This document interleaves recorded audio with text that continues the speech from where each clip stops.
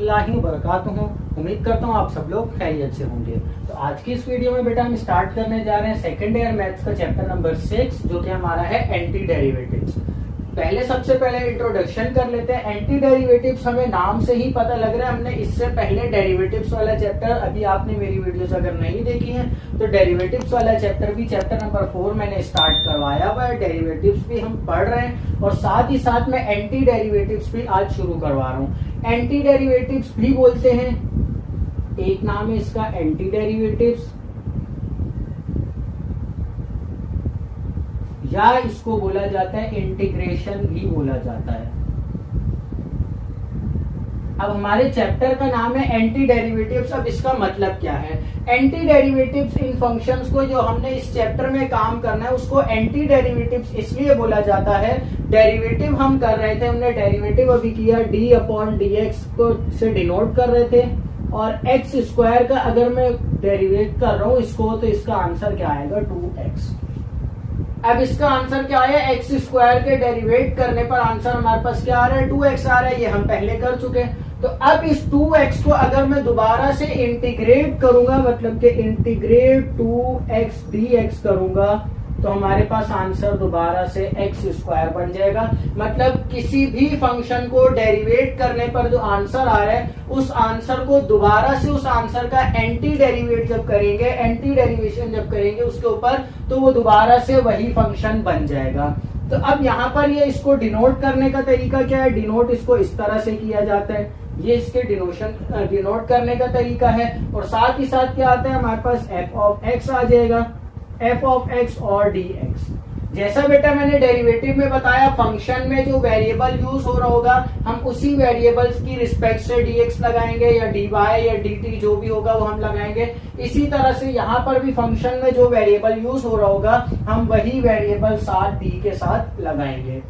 अब सवाल ये पैदा होता है, जैसे कि डेरिवेट वाला चैप्टर हमने स्टार्ट किया, चैप्टर नंबर 4 डेरिवेटिव्स वाला, तो मैंने बेटा आप लोगों को बताया था डेरिवेटिव्स का असल काम जो होता है वो कर्व का स्लोप मालूम करना होता है। स्ट्रेट लाइन का स्लोप हमने किस तरह से निकाला था? चैप्टर नंबर 2 में निकाला था हमने। क्या फॉर्मूला था उसका? y2 minus y1 divided by x2 minus x1। इसी कॉन्सेप्ट को ही हमने जनरलाइज करके एक और जनरल फॉर्मूला बनाया था जिसको हमने कहा था बेटा फर्स्ट प्रिंसिपल ऑफ डेरिवेटिव्स। तो वहां पर मैंने बताया था अगर कोई कर्व गिवन हो तो उस कर्व का अगर हमने स्लोप मालूम करना हो तो वो हम किसी भी फंक्शन को डेरिवेट करके उसका स्लोप निकाल लेते हैं। अब इंटीग्रेट करने का क्या फायदा है हमें? सही है, ये तो बात ठीक है। अगर फंक्शन का डेरिवेटिव निकाला तो उसके आंसर को अगर दोबारा से इंटीग्रेट करो तो वही फंक्शन बन गया। पर फायदा क्या है इसका? फायदा बेटा ये है, अगर मुझे कोई कर्व गिवन है, जैसे कि मैं फर्ज करता हूं ये कर्व गिवन है, तो इस कर्व के और इस एक्सिस के दरमियान ये कितना एरिया बाउंड है यहाँ पर। अगर मैं इसको फर्ज करता हूं तो यहाँ पर इसमें कितना एरिया बाउंड है ये मालूम करना हम क्या करते हैं? हम एंटी डेरिवेटिव्स या इंटीग्रेशन के जरिए हम क्या करते हैं बेटा? कर्व के दरमियान और एक्सिस के दरमियान कितना एरिया बाउंड है वो हम इंटीग्रेशन के जरिए फाइंड आउट करते हैं। तो जैसा हमने डेरिवेटिव्स में देखा 4.1, 4.2, 4.3 हमारी जो एक्सरसाइजेज है 4.4, ये सारी एक्सरसाइजेज हमारी जनरल डेरिवेटिव्स के फॉर्मूलाज हम सीख रहे हैं। और उसके बाद चैप्टर नंबर 5 में और 7, 8 में हम जाकर फिर डेरिवेटिव्स को यूज करते हुए हम इक्वेशंस का या कर्व्स का स्लोप निकाल रहे हैं। इसी तरह से बेटा चैप्टर नंबर 6 में भी 6.1 से लेकर 6.11 तक हमारी जो एक्सरसाइजेज हैं इनमें हमारे बेसिक फॉर्मूलाज हैं जो किस तरह के फंक्शन को किस तरह से इंटीग्रेट करेंगे। और फिर जो लास्ट की एक्सरसाइजेज है 6.13 या 6.14 उसमें हम जो है हमें कर्व का एरिया मालूम करने का बोला जाएगा। तो बेटा स्टार्ट करते हैं, आज 6.1 से स्टार्ट करते हैं। यहाँ पर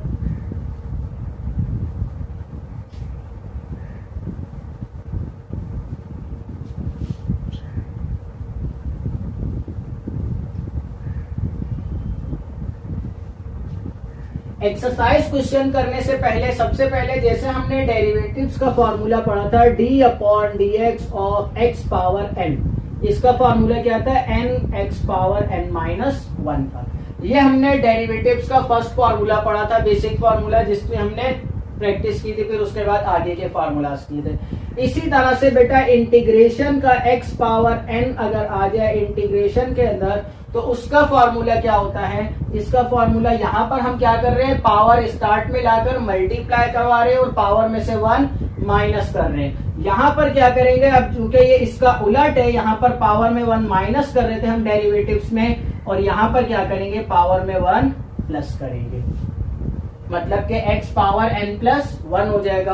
और क्या होगा, यहाँ पर पावर स्टार्ट में लाकर मल्टीप्लाई करवा रहे थे, यहाँ पर जो पावर में ऐड करने के बाद जो आंसर आएगा उसी आंसर को ही डिवाइड करवा देंगे और साथ में लगा देंगे प्लस c।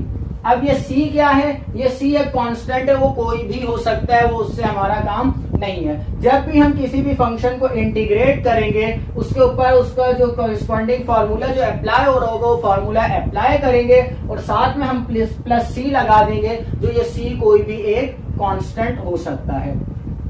तो ये हमारा जनरल इंटीग्रेशन का सबसे पहला फार्मूला है x पावर n के लिए। अब इसमें कुछ प्रॉपर्टीज जो है वो डेरिवेटिव्स की तरह ही हैं। अब वो प्रॉपर्टीज क्या है, हमने डेरिवेटिव्स में पढ़ा था, अगर d अपॉन डी एक्स किसी एक इक्वेशन पर अप्लाई हो रहा है तो वो दोनों पर अलग अलग टूट सकता है।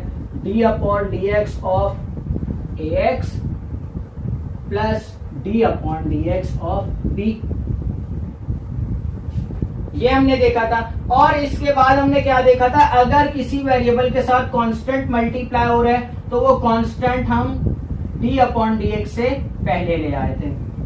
ये तो था हमारा डेरिवेटिव्स का कॉन्सेप्ट। इसी तरह से सेम हमारा एंटी डेरिवेटिव्स का कॉन्सेप्ट भी सेम एज इट इज इसी तरह से है। एंटी डेरिवेटिव्स में भी क्या होगा, आप देखें यहाँ पर, अगर इंटीग्रल अप्लाई हो रहा है किसी इक्वेशन के ऊपर x square plus 1 D x, तो बेटा मैं इंटीग्रेशन को दोनों के ऊपर अलहदा अलहदा तोड़ सकता हूं, 1 डी एक्स, ठीक है। अब हमारा डेरिवेटिव्स में क्या था, d upon D x of c बराबर था 0 के, पर एंटी डेरिवेटिव्स में इसका बिल्कुल उलट है। अगर मैं इंटीग्रेट करता हूं c को x की रिस्पेक्ट से तो इसका आंसर आएगा x। अब सवाल पैदा होता है कैसे, तो अब देखें बेटा, यहाँ पर ये क्या है, कांस्टेंट है, बाहर आ गया इंटीग्रल, यहाँ पर आ जाएगा dx। अब मैंने क्या करना है बेटा, ये फॉर्मूला अप्लाई करना है, x पावर n है यहाँ पर, x power n plus 1 upon n plus 1। अब हम ये फॉर्मूला कैसे अप्लाई करेंगे, फॉर्मूला इस तरह से अप्लाई होगा बेटा, मैट्रिक क्लास में हमने पढ़ा था x पावर 0 इक्वल्स टू 1 होता है। तो यहाँ पर बेटा एक फंक्शन मौजूद है, वो क्या है, x पावर 0 है, तो यहाँ क्या आ जाएगा, c integral x power 0 dx। अब यहाँ पर ये फॉर्मूला अप्लाई होगा, देखिए क्या होगा, c integral x power 0 plus 1 upon 0 plus 1 plus c। क्या आया, पावर जो थी हमारे पास इसकी पावर 0 है, तो मतलब n इक्वल्स टू 0 है, 0 में 1 प्लस किया, डिवाइड में भी 0 प्लस 1 लिखा और साथ में प्लस c लिख लिया। आंसर क्या आएगा, आप देखें, ये मैंने इंटीग्रेट कर लिया है, इसको फॉर्मूला अप्लाई कर लिया, तो ये ब्रैकेट में आ जाएगा। अब देखें यहाँ पर क्या आंसर आ जाएगा, c 0 प्लस 1 1 और 0 प्लस 1 मतलब के c x प्लस c हमारा आंसर आ जाएगा। तो हम किसी भी कांस्टेंट को जब हम यहाँ पर इंटीग्रेट करेंगे तो हमारे पास वो कांस्टेंट के साथ क्या होगा, डेरिवेटिव्स में वो खत्म हो रहा था, 0 हो रहा था, पर एंटी डेरिवेटिव्स में उसका बिल्कुल उलट होगा। जिस भी अल्फाबेट की रिस्पेक्ट से हम उसको इंटीग्रेट कर रहे हैं वही अल्फाबेट आंसर में हमारे पास आ जाएगा। तो स्टार्ट करते हैं बेटा एक्सरसाइज क्वेश्चन हम।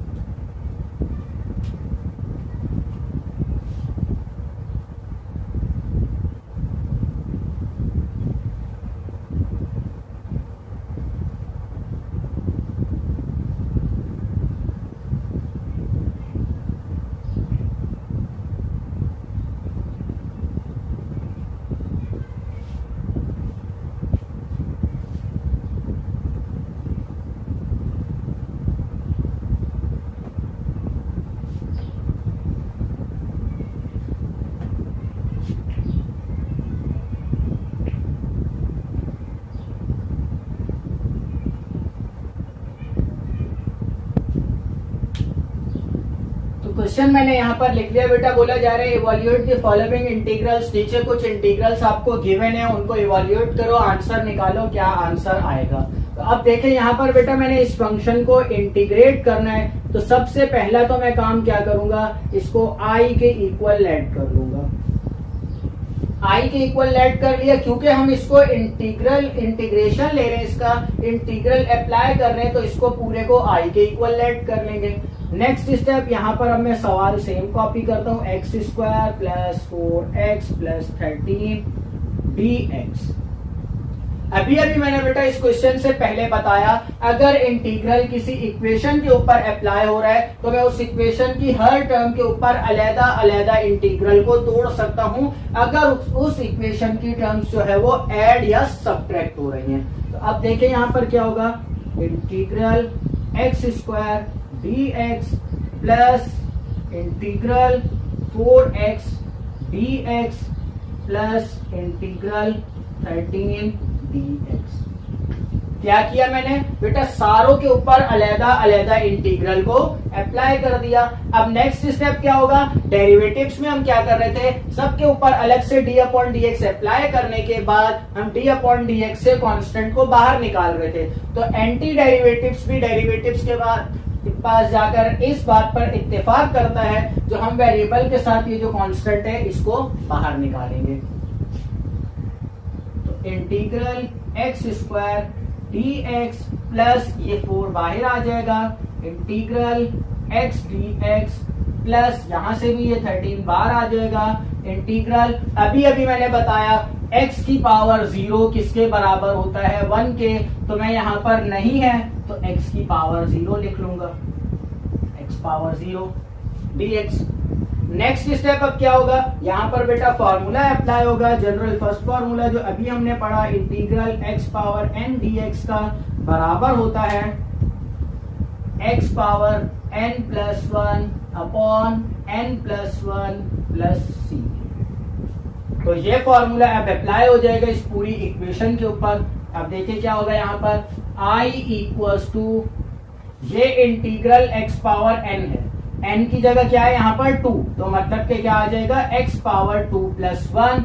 तो फर्स्ट टर्म मेरी बन जाएगी x पावर 2 प्लस 1, और क्या आ जाएगा, नीचे भी आ जाएगा 2 प्लस 1, इसके नीचे भी आ जाएगा 2 प्लस 1। नेक्स्ट यहाँ पर क्या है, प्लस 4, x पावर 1 है तो यहाँ आ जाएगा x power 1 plus 1 upon 1 plus 1, फिर आ जाएगा plus 13 x power 0 plus 1 upon 0 plus 1। अब मेरी इक्वेशन पूरी कंप्लीट हो गई, खत्म हो गई, तो मैं लास्ट में क्या लगा दूंगा, प्लस c लगा दूंगा। तो एक चीज बेटा और नई हमने इस स्टेप में सीखी, वो क्या सीखी, हमारे पास जो फॉर्मूला अप्लाई हो रहा है ये सिर्फ एक टर्म पर था।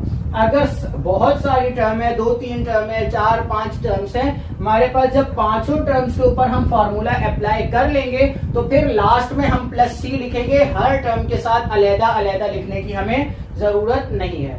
अब देखें नेक्स्ट स्टेप, यहाँ पर I equals to x power 2 plus 1 3 upon 2 plus 1 3 आ जाएगा, plus 4 x power 1 plus 1 2 upon 1 plus 1 2 आ जाएगा, plus 13 x power 0 plus 1 x हो जाएगा, और नीचे 0 प्लस 1 1 आएगा, तो 1 हम नहीं लिखते डिनोमिनेटर में, और लास्ट में क्या आ जाएगा, प्लस c आ जाएगा। 2 1 जा 2, 2 2 जा 4, इसको तोड़ लेंगे, 1 upon 3 x cube plus 2x square plus 13x plus c। तो ये बेटा हमारा फाइनल आंसर आ गया। हमने फंक्शन को इंटीग्रेट कर लिया। तो बेटा डेरिवेटिव्स में हम देख रहे थे, अगर एक्स स्क्वायर है तो पावर रिड्यूस होकर कम हो रही थी, 1 हो रही थी। इंटीग्रेट में हमने क्या देखा, एक्स स्क्वायर है तो बढ़कर कितनी हो गई, 3 हो गई। तो ये फर्क है, इस वजह से उनको डेरिवेटिव्स और इनको एंटी डेरिवेटिव्स बोला जाता है। डेरिवेटिव्स का उलट एंटी डेरिवेटिव्स बोला जाता है इनको, और दूसरा नाम इस पर इंटीग्रेशन भी बोला जाता है इनको। क्वेश्चन नंबर 2 कर लेते हैं बेटा इसी का ही। तो बेटा पार्ट 2 मैंने यहाँ पर लिख लिया है। पार्ट 2 में भी हमें एक इक्वेशन गिवन है, सिंपल हमने इसको इंटीग्रेट करना है। तो फर्स्ट स्टेप हमारा क्या होगा, यहाँ पर i के इक्वल इसको लेट कर लेंगे, इंटीग्रल यहाँ आ जाएगा 3x power 4 minus 5x cube minus 4x square minus 2 dx।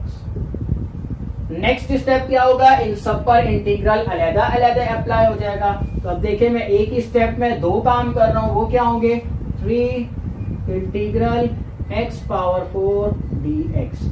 मैंने क्या किया बेटा, इसके ऊपर इंटीग्रल अप्लाई करके इसके कोफिशिएंट को बाहर निकाल दिया। एक ही स्टेप में हमने इंटीग्रल भी अप्लाई कर दिया और कोफिशिएंट भी बाहर निकाल दिया। सेम वही काम यहाँ पर भी होगा, -5 integral x cube dx -4 integral x square dx -2 integral x power 0 dx। यहाँ पर ये x पावर 0 बेटा जब आप पेपर में सॉल्व करेंगे, जब आप प्रैक्टिस कर रहे होंगे तो x पावर 0 आप नहीं लिखेंगे, सिर्फ ऐसे ही इंटीग्रल dx इस तरह से लिखेंगे। बट यहाँ पर अभी मैं स्टार्ट में समझा रहा हूँ, तो ये 2-3 क्वेश्चन में बेटा मैं आपको समझाने के लिए इस तरह से लिखकर बताऊंगा और बाकी आगे के क्वेश्चंस में फिर हम डायरेक्ट ही सॉल्व करेंगे। अब यहाँ पर फॉर्मूला अप्लाई हो रहा है, integral x power n dx का, जो कि बराबर है x power n plus 1 upon n plus 1 plus c के।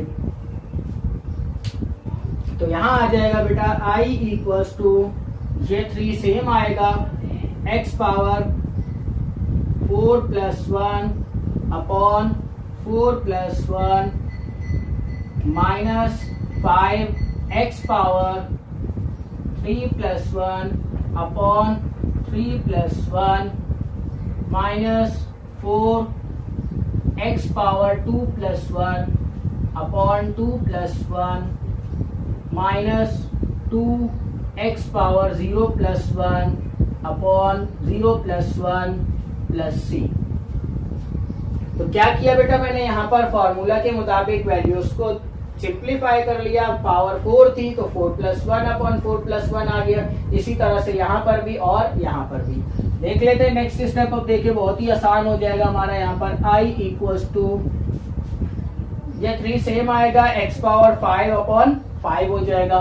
तो यहाँ मैं डायरेक्ट लिखता हूँ 3 अपॉन 5 x पावर 5, फिर आ जाएगा माइनस 5 अपॉन 4 x पावर 4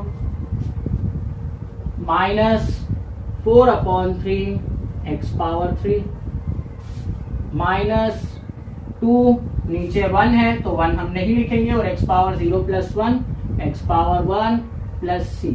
तो बेटा मेरा फाइनल आंसर आ गया i equals to 3 upon 5 x power 5 minus 5 upon 4 x power 4 minus 4 upon 3 x power 3 minus 2 x plus c। ये मेरा फाइनल आंसर आ गया। और अगर मेरे चैनल पर आप न्यू है और मेरे चैनल को अभी तक सब्सक्राइब नहीं किया तो मेरे चैनल को सब्सक्राइब करना ना भूलिएगा, और साथ ही साथ इस वीडियो को भी लाइक कर लीजिएगा। तो बेटा क्वेश्चन नंबर 3 भी हमें गिवन है, same as it is question number 1 और क्वेश्चन नंबर 2 की तरह। मैं रिवाइज करवा देता हूँ। क्वेश्चन नंबर 1 और क्वेश्चन नंबर 2 में हमने क्या किया था। क्वेश्चन नंबर 1 और 2 में हमने समझा था जो एंटी डेरिवेटिव्स है क्या और इसको किस तरह से हम लोग सॉल्व करते हैं। बेसिक फॉर्मूला हमने पढ़ा था, मैं यहाँ पर लिख रहा हूँ, integral x power n dx का, जो बराबर था x power n plus 1 upon n plus 1 plus c के।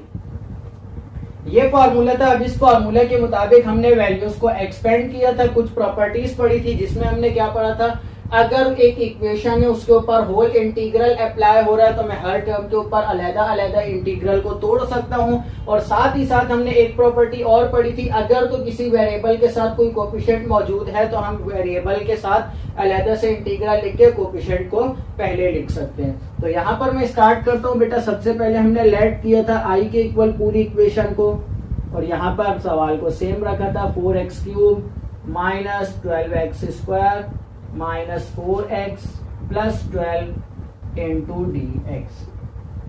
नेक्स्ट स्टेप बेटा क्या था, इस इंटीग्रल और dx को इस पूरी इक्वेशन पर अलग-अलग तोड़ दिया था। तो ये देखें यहाँ पर मैं तोड़ रहा हूँ, 4 इंटीग्रल x क्यूब dx अब मैंने क्या किया, कोफिशिएंट को बाहर निकाल दिया, इंटीग्रल सिर्फ वेरिएबल पर अप्लाई होगा क्योंकि हमारे पास x पावर n का फॉर्मूला है, जो भी कोफिशिएंट होगा वो कहाँ आ जाएगा, इंटीग्रल से बाहर आ जाएगा।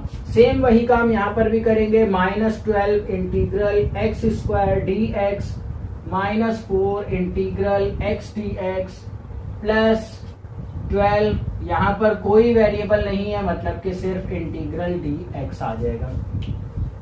12 कांस्टेंट था तो वो हमने बाहर निकाल दिया। अब यहाँ पर क्या होगा, अकॉर्डिंग टू फॉर्मूला, मैं यहाँ पर सेंटर में पहले फॉर्मूला लिख लेता हूँ।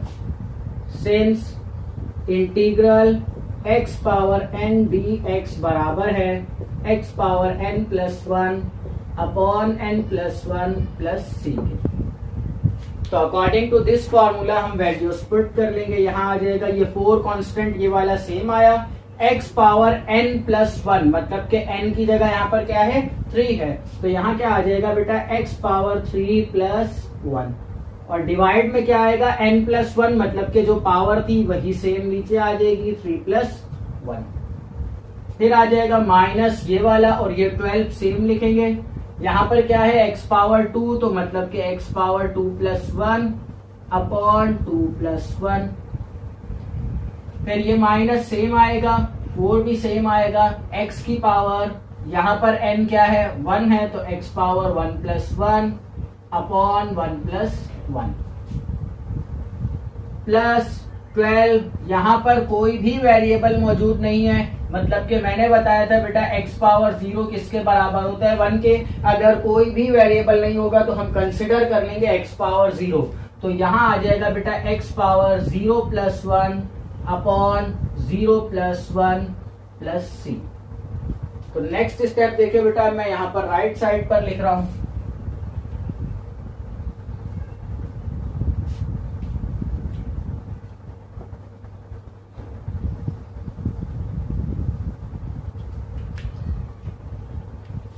i इज इक्वल टू ये 4 और ये नीचे 3 प्लस 1 4 हो जाएगा, तो यहाँ आ जाएगा 4 अपॉन 4, x की पावर 3 प्लस 1 4 हो जाएगा, 4x पावर 4 माइनस 12, तो ये माइनस 12 अपॉन में 2 प्लस 1 3, तो नीचे आ जाएगा 3, और x पावर 2 प्लस 1 3, तो यहाँ आ जाएगा x की पावर 3 -4, और नीचे क्या आ जाएगा 1 प्लस 1 2 आ जाएगा, तो यहाँ आ जाएगा -4 अपॉन 2 x की पावर 2, और प्लस 12 नीचे क्या है 0 प्लस 1 1 हो जाएगा, तो डिनोमिनेटर में हम 1 नहीं लिखते, तो क्या आ जाएगा प्लस 12 x की पावर 0 प्लस 1 1 हो जाएगा, मतलब कि x प्लस c।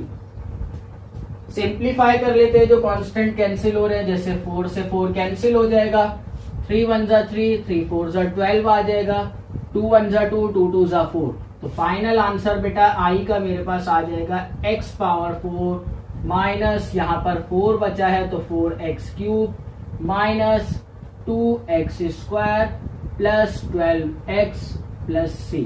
तो बेटा ये मेरा फाइनल आंसर आ गया क्वेश्चन नंबर 3 का भी। सेम हमारे पास जो डेरिवेटिव्स में प्रॉपर्टीज थी, तकरीबन प्रॉपर्टीज यहाँ पर सेम ही है, थोड़ा सा हमारे फॉर्मूलाज जो है वो उलट होंगे, मतलब कि वहां पर हम पावर माइनस कर रहे थे, यहाँ पर हम प्लस कर रहे हैं। डेरिवेटिव्स का उलट है, एंटी डेरिवेटिव्स है, तो इसलिए वहां पर जो हम काम कर रहे थे उससे उलट होगा, पर कुछ प्रॉपर्टीज सेम है, जैसे कि हम यहाँ पर भी देख रहे हैं। डेरिवेटिव्स में भी हम क्या कर रहे थे, जब d अपॉन dx 4x के ऊपर अप्लाई हो रहा है तो हम कांस्टेंट बाहर लिख रहे थे और वेरिएबल अंदर, और यहाँ पर भी हम कांस्टेंट बाहर लिख रहे हैं और वेरिएबल अलग। तो यहाँ पर इसको i के इक्वल लेट किया, सबके ऊपर इंटीग्रल dx अलग अलग तोड़ा, हर टर्म के ऊपर अलग अलग ये फॉर्मूला अप्लाई किया, और लास्ट में क्या आ गया प्लस c आ गया ये कांस्टेंट, और फिर सिंप्लीफाई करके हमने i का आंसर निकाल लिया। नेक्स्ट पार्ट कर लेते हैं बेटा इसका। नेक्स्ट बेटा क्वेश्चन नंबर 4 मैंने यहाँ पर लिख लिया है। क्वेश्चन नंबर 4 में भी हम सेम वही काम करेंगे। सबसे पहले स्टेप में इसको i के इक्वल लेट करेंगे, integral x square into x square minus 4 into dx। अब यहाँ पर सवाल हमें फैक्टर्स की फॉर्म में तोड़ कर दिया हुआ है, मतलब कि एक इक्वेशन थी उसको तोड़ के हमें फैक्टर्स बना कर दिए हुए। तो हम क्या करेंगे, यहाँ पर सिंप्लीफाई करके पहले इन दोनों फैक्टर्स को मल्टीप्लाई करवा के सिंप्लीफाई करेंगे, अपने पिछले वाले सवाल की तरह बनाएंगे, उसके बाद फिर इसको सॉल्व कर लेंगे। तो अब देखें यहाँ पर मैं क्या कर रहा हूँ, ये इंटीग्रल सेम रहेगा। यहाँ पर एक्स स्क्वायर मल्टीप्लाई होंगे एक्स पावर 4 माइनस ये एक्स स्क्वायर 4 से मल्टीप्लाई होगा तो 4x² dx। तो अब देखें यहाँ पर ये सवाल सेम एज इट इज मेरे पिछले वाले सवाल की तरह ही बन गया। तो अब यहाँ पर भी सेम वही प्रॉपर्टीज अप्लाई होगी जो पिछले सवाल में हम कर रहे थे। क्या होगा, ये इंटीग्रल इन दोनों टर्म्स के ऊपर अलग अलग टूट जाएगा। तो यहाँ आ जाएगा बेटा I equals to integral x power 4 dx minus minus और 4 ये दोनों कोफिशिएंट्स बाहर आ जाएंगे, इंटीग्रल x² dx। फॉर्मूला लिख लेंगे बेटा, यहाँ पर एक फॉर्मूला अप्लाई हो रहा है, since integral x power n dx equals to x power n plus 1 upon n plus 1 plus c। तो ये फॉर्मूला इन दोनों टर्म्स के ऊपर अलग अलग अप्लाई करेंगे। यहाँ पर अप्लाई कर रहा हूं मैं I इक्वल्स टू, यहाँ पर x पावर n मतलब के n की जगह पर क्या है 4 है, तो यहाँ क्या आ जाएगा x power 4 plus 1 upon 4 plus 1 according to this formula. फिर क्या आ जाएगा -4, तो ये आ गया -4। यहाँ पर n क्या है 2 है, तो आ जाएगा x power 2 plus 1 upon 2 plus 1 और लास्ट में आ जाएगा प्लस c। सिंप्लीफाई कर लेते हैं इसको, यहाँ आ जाएगा बेटा I इक्वल्स टू 4 प्लस 1 5 हो जाएगा, तो मैं 1 अपॉन 5 को अलहदा से लिख रहा हूं और x पावर 4 प्लस 1 5 आ जाएगी यहाँ पर, माइनस ये 4 सेम आएगा, 4 अपॉन 2 प्लस 1 3 हो जाएगा और x की पावर 2 प्लस 1 3 आ गई प्लस c। क्या किया बेटा, मैंने सिंपल पावर्स को ऐड कर लिया, जो पावर हमारे पास फॉर्मूला के मुताबिक बनी थी n+1, उन पावर्स को ऐड करके मैंने यहाँ पर लिखा और जो कोफिशिएंट्स थे उनको वेरिएबल से पहले अलहदा करके लिख लिया। तो ये मेरा यहाँ पर देखिए बेटा क्वेश्चन नंबर 4 का भी बड़ी आसानी से आंसर आ गया। तो क्वेश्चन नंबर 4 में हमने जो एक नई चीज सीखी है वो क्या है, अगर हमें इक्वेशन फैक्टर्स की फॉर्म में तोड़ कर दी गई हो तो फैक्टर्स की फॉर्म में टूटी हुई इक्वेशन को हम कैसे सॉल्व करेंगे। पहले उन दोनों फैक्टर्स को मल्टीप्लाई करवाएंगे, सिंप्लीफाई करने के बाद जो आंसर आएगा उस पर सेम अपने बेसिक इंटीग्रल की प्रॉपर्टीज अप्लाई करते हुए सिंप्लीफाई कर लेंगे। नेक्स्ट क्वेश्चन कर लेते हैं।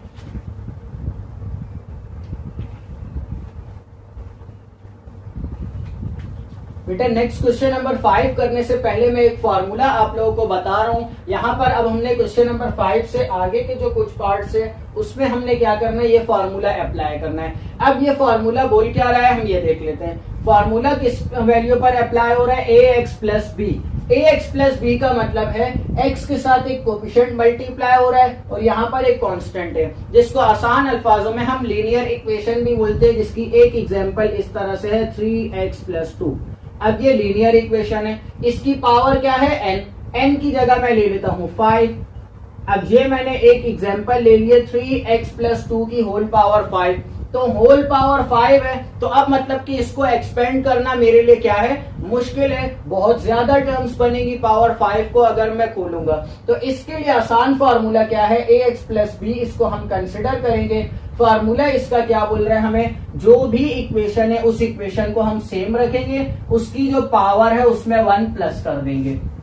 ये जैसे कि 3x प्लस 2 है, अगर मैंने इसका इंटीग्रल लेना है तो क्या हो जाएगा 3x प्लस 2 की होल पावर 5 प्लस 1, और डिवाइड में क्या आ जाएगा बेटा, x के साथ जो कोफिशिएंट है उसको मैं a का नाम दे रहा हूं, तो यहाँ पर a मल्टीप्लाई हो रहा है, मतलब कि x के साथ वाला कोफिशिएंट ये आ गया 3 और मल्टीप्लाई बाय n+1, मतलब कि जो पावर है वही सेम आ जाएगी और लास्ट में प्लस c।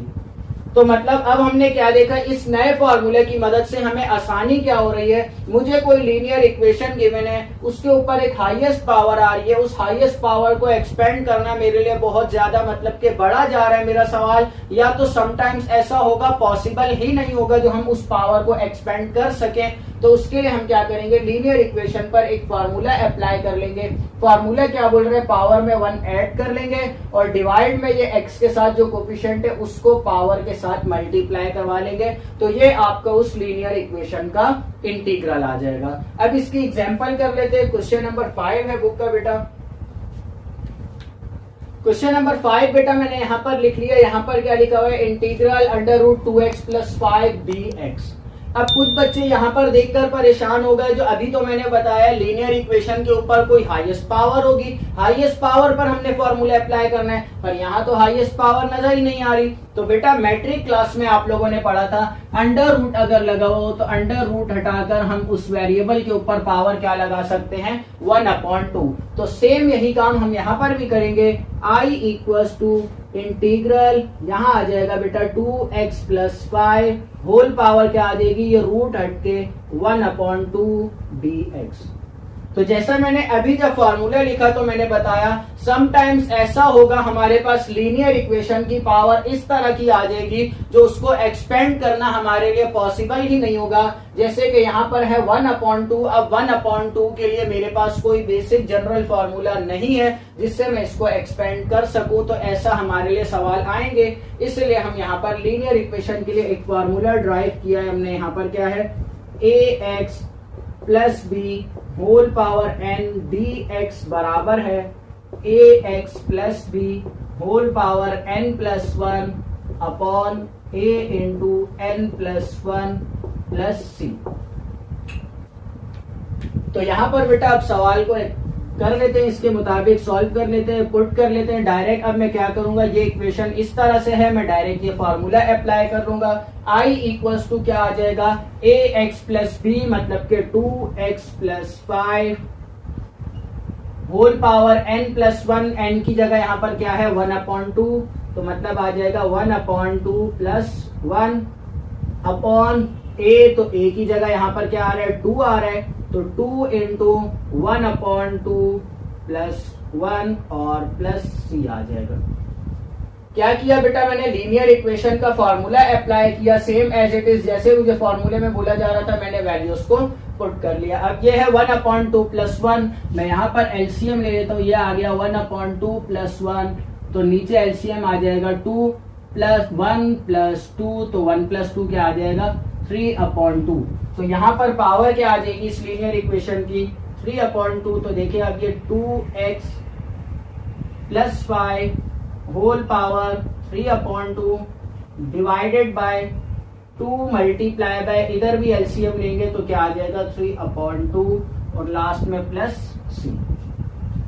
इस 2 से बेटा ये वाला 2 कैंसिल आउट हो जाएगा, तो फाइनली मेरे पास i का आंसर आ जाएगा यहाँ पर 2x + 5 whole power 3/2 divided by 3 plus c। यहाँ पर ये 2 से 2 कैंसिल हो गया था तो सिर्फ 3 बच गया था। और यहाँ पर जैसा कि हम पहले कर रहे थे कोफिशिएंट को अलहदा और वेरिएबल को अलहदा कर लेंगे, यहाँ पर 3/2 प्लस c। तो ये बेटा मेरा फाइनल आंसर आ जाएगा क्वेश्चन नंबर 5 का भी। नेक्स्ट क्वेश्चन कर लेते हैं। नेक्स्ट बेटा क्वेश्चन नंबर 6 मैंने यहाँ पर लिख लिया। क्वेश्चन नंबर 6 में भी हमें एक लीनियर इक्वेशन गिवन है और लीनियर इक्वेशन की पावर क्या आ रही है 2/3, जिसको एक्सपेंड करना हमारे लिए पॉसिबल नहीं है। तो हम यहाँ पर क्या करेंगे, अब I = integral 2x + 3 whole power 2/3 dx। सबसे पहले हमने i के इक्वल लेट कर लिया। नेक्स्ट स्टेप हमारा क्या होगा, हम यहाँ पर लीनियर इक्वेशन वाला फॉर्मूला लिख लेंगे। Integral ax + b whole power n dx बराबर है ax + b whole power n + 1 upon a into n + 1 plus c। तो अकॉर्डिंग टू दिस फॉर्मूला मैं वैल्यूज को पुट कर लूंगा, तो यहाँ आ जाएगा बेटा I = ax + b whole power n + 1 मतलब के 2x + 3 whole power 2/3 plus 1। n की जगह क्या था यहाँ पर 2/3, तो 2/3 और फार्मूला का प्लस 1। डिवाइड में क्या आ जाएगा, पहले है a की जगह यहाँ पर क्या है 2, तो 2 मल्टीप्लाई बाय n मतलब के 2/3, फिर आ जाएगा +1 और लास्ट में +c। 2/3 +1 का एलसीएम ले लेंगे, मैं यहाँ पर ले रहा हूँ, ये देखें 2/3 +1 तो 3, यहाँ आ जाएगा 2 + 3 1 3, 2 + 3 5/3। तो यहाँ पर बेटा मेरे पास आ जाएगा 5/3। तो अब देखें यहाँ पर क्या होगा, नेक्स्ट स्टेप में इधर लिख रहा हूं, I = 2x + 3 होल पावर 2/3 +1 मेरे पास आया है 5/3 डिवाइडेड बाय, यहां भी क्या आ जाएगा 2 × 5/3 + c। अब यहाँ पर क्या है 2 × 5/3। अब यहाँ पर इस टर्म को हम इस तरह से देख सकते हैं, जैसे कि अगर मेरे पास टर्म हो 1/a/b। अब मेरे पास यहाँ पर टर्म है 1/a/b, तो मतलब कि 1/a डिवाइडेड बाय b, मैं इस तरह से लिख सकता हूँ। और फिर इस टर्म को हम उठाकर कहाँ ले जाएंगे, फर्स्ट की जगह पर, तो मतलब कि ये नीचे वाली टर्म उठकर मेरे पास कहाँ चली जाएगी, थर्ड वाली ये टर्म उठकर फर्स्ट पर चली जाएगी। मतलब कि ये जो नीचे 3 है ये डिवाइड हो रहा है, ऊपर चला जाएगा तो क्या हो जाएगा, मल्टीप्लाई हो जाएगा, और ये 2 और 5 मल्टीप्लाई हो जाएंगे। तो ये 3 नीचे से जाएगा ऊपर यहाँ पर, तो 3 ऊपर आ गया, ये आ जाएगा 2x + 3 whole power 5/3 divided by 2 multiply by 5। इस स्टेप में बेटा हमने क्या किया, ये एक अलहदा टर्म थी और नीचे एक अलहदा टर्म थी। तो यहाँ पर मतलब कि मेरे पास था 1 डिवाइडेड बाय a/b था, मैंने क्या किया 1/1 मल्टीप्लाई बाय b/a कर लिया। क्या हुआ, नीचे वाली जो टर्म थी वो b जो था, मतलब कि ये मेरे पास सबसे नीचे जो b है, अब इस स्टेप में देखें b किससे मल्टीप्लाई हो रहा है, 1 से मल्टीप्लाई हो रहा है। मतलब कि नीचे वाली टर्म उठी, कहाँ चली गई, सबसे ऊपर न्यूमरेटर के साथ मल्टीप्लाई हो गई, और नीचे ये दोनों डिनोमिनेटर 2 और 5 क्या हो जाएंगे, मल्टीप्लाई हो जाएंगे, और लास्ट में आ जाएगा +c। तो फाइनली मेरे पास i का आंसर आ जाएगा यहाँ पर 3/2 5 10 और 2x + 3 होल पावर 5/3 + c। तो ये मेरा बेटा फाइनल आंसर आ गया क्वेश्चन नंबर 6 का भी। तो आज की इस वीडियो में बेटा हमने एक चीज नई सीखी, वो क्या देखा, इंटीग्रल अगर अप्लाई हो रहा हो किसी लीनियर इक्वेशन पर जिसकी पावर को एक्सपेंड करना हमारे लिए पॉसिबल ना हो, तो उसको हम किस तरह से सॉल्व करेंगे। क्वेश्चन नंबर 6 के बाद बेटा क्वेश्चन नंबर 7 है, वो भी same as it is question number 6 और 5 की तरह ही सॉल्व होगा। एक लीनियर इक्वेशन है जिसकी पावर 29 गिवन है। तो क्वेश्चन नंबर 7 आप लोग खुद सॉल्व कर लीजिएगा। फिर देख लेते हैं यहाँ पर भी हमें क्या करना है, बोला जा रहा है evaluate the following integrals. Integrals हमने यहाँ पर अप्लाई करने हैं। जनरल फार्मूला मैं आप लोगों को बता चुका हूँ, एक फार्मूला सबसे बेसिक वाला जो हर सवाल में हमने इस्तेमाल करना है। Integral x power n dx बराबर होता है x power n+1 upon n+1 + c के। ये फॉर्मूला बेटा हमने इससे पहले स्टार्ट के क्वेश्चंस में अप्लाई भी किया है। तो अब सवाल यहाँ पर ये पैदा होता है, इस क्वेश्चन में हम इस फॉर्मूला को किस तरह से अप्लाई करेंगे। तो पहले तो बेटा मैं इस इक्वेशन को इस सवाल की तरह, इस फॉर्मूला की तरह बना लेता हूँ। फॉर्मूला में क्या बोला जा रहा है, जो आपके पास वेरिएबल है वो अलहदा होगा और dx जो है वो अलहदा से लिखा हुआ होगा। तो अब यहाँ पर देखें मैं क्या कर रहा हूँ, फर्स्ट स्टेप में i = इंटीग्रल, ये du को मैं अलहदा से हटा के उधर कर दूंगा, यहाँ आ जाएगा 1/u² और ये आ गया du। फर्क क्या है इसमें और इसमें, यहाँ पर x आ रहा है, इधर x की जगह u आ रहा है, बाकी कोई फर्क नहीं है। अब दूसरी बात क्या है, यहाँ पर दूसरे मसला हमारे लिए क्या है, यहाँ पर सिर्फ हमारे पास न्यूमरेटर है और इधर हमारे पास डिनोमिनेटर में फंक्शन आ रहा है। तो अब डिनोमिनेटर में फंक्शन आ रहा है तो इसको सॉल्व करने के लिए मुझे यहाँ पर इसको न्यूमरेटर में लाना पड़ेगा। तो अब डिनोमिनेटर में सिंपल एक ही वैल्यू है, तो मैं इसको जब ऊपर लेकर जाऊंगा तो इसकी पावर का साइन नेगेटिव हो जाएगा। तो मैं यहाँ पर देखिए अब क्या करूंगा, इंटीग्रल u की पावर +2 है, जब ऊपर जाएगा न्यूमरेटर में तो क्या हो जाएगा -2 du। अब बेटा यहाँ पर मैं फॉर्मूला अप्लाई कर सकता हूँ, since integral x power n dx बराबर होता है x power n+1 upon n plus 1 plus C के। अब यहाँ पर सवाल में n की जगह पर क्या आ रहा है, -2। तो मैं क्या करूंगा बेटा, आप देखें फॉर्मूला के मुताबिक वैल्यूज को सॉल्व कर लूंगा। i इक्वल्स टू u की पावर n की जगह आ जाएगा -2, मतलब के u की पावर -2 और फॉर्मूले का +1 डिवाइड में -2 + 1 प्लस सी। सिंप्लीफाई कर लेते हैं पावर्स को। यहाँ पर क्या होगा, -2 + 1 -1 आ जाएगा और डिवाइड में भी -1 आ जाएगा प्लस सी।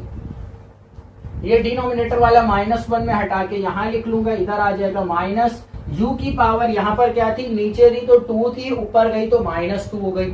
अब यहाँ पर -1 है, मैं नीचे ले आऊंगा तो क्या हो जाएगी, +1। ऊपर से u नीचे चला जाएगा, ऊपर सिर्फ 1 बच जाएगा और जब u नीचे आएगा तो पावर 1 हो जाएगी, 1 हम नहीं लिखते और साथ में क्या आ जाएगा, प्लस सी। तो ये बेटा मेरा फाइनल आंसर आ जाएगा इंटीग्रल लेने के बाद मेरे पास। तो एक चीज मैंने यहाँ पर इस क्वेश्चन में अभी नई सीखी, वो क्या है, अगर आपके पास फंक्शन जो है वो फ्रैक्शनल फॉर्म में आ जाए, आपके पास डिनोमिनेटर में आ रहा हो फंक्शन, तो उसको जब हम न्यूमरेटर में लेकर जाएंगे तो पावर नेगेटिव में हो जाएगी और फिर उसको सिंप्लीफाई करेंगे। इसी तरह से क्वेश्चन नंबर 8 भी है, वो भी कर लेते हैं। तो बेटा नेक्स्ट क्वेश्चन नंबर 9 मैंने यहाँ पर लिख लिया। क्वेश्चन नंबर 9 में क्या बोला जा रहा है, इंटीग्रल 6/v⁵ dv। अगर देखा जाए तो 6 एक कांस्टेंट नंबर है और कांस्टेंट हमेशा इंटीग्रल से कहाँ चला जाता है, बाहर चला जाता है। ये हमने पहले भी सीखा हुआ है। तो मतलब ये सवाल हमारा पिछले वाले की तरह ही है। तो स्टार्ट करते हैं। फर्स्ट स्टेप में आ जाएगा i इक्वल्स टू, ये कांस्टेंट जो है 6, इसको मैं उठाकर इंटीग्रल से बाहर रख लूंगा तो यहाँ आ जाएगा integral 1/v⁵ dv। Next step, ये नीचे से v की पावर 5 ऊपर जाएगा तो नेगेटिव में आ जाएगा, यहाँ आ जाएगा बेटा v⁻5 dv।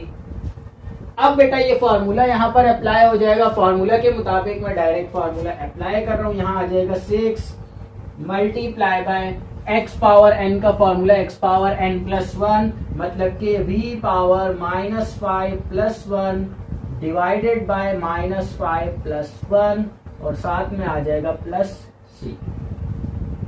यहाँ पर एक सवाल और जनरेट हुआ। वो जनरेट क्या हुआ, इस 6 को मैं सिर्फ इसी टर्म से क्यों मल्टीप्लाई करवा रहा हूँ, c से मल्टीप्लाई क्यों नहीं करवा रहा, क्योंकि बेटा 6 एक कांस्टेंट है और c भी क्या है, एक कांस्टेंट है।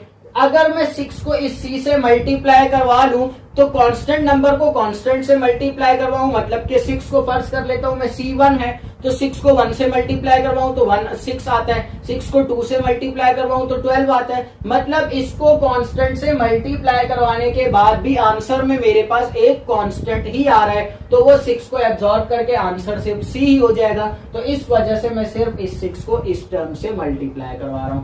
नेक्स्ट स्टेप देखिए, अब यहाँ पर क्या होगा, i equals to 6 multiply by -5 plus 1 v⁻4 upon -4 और यहाँ आ जाएगा प्लस सी।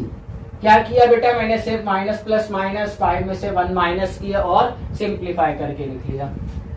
2 3 जा 6, 2 2 जा 4, तो यहाँ आ जाएगा बेटा बाहर -3/2। मैंने क्या किया, कांस्टेंट को उठा के बाहर रख दिया। नेक्स्ट स्टेप क्या होगा, यहाँ पर v⁻4 है, नीचे आ जाएगा तो v⁻+4 हो जाएगा प्लस सी।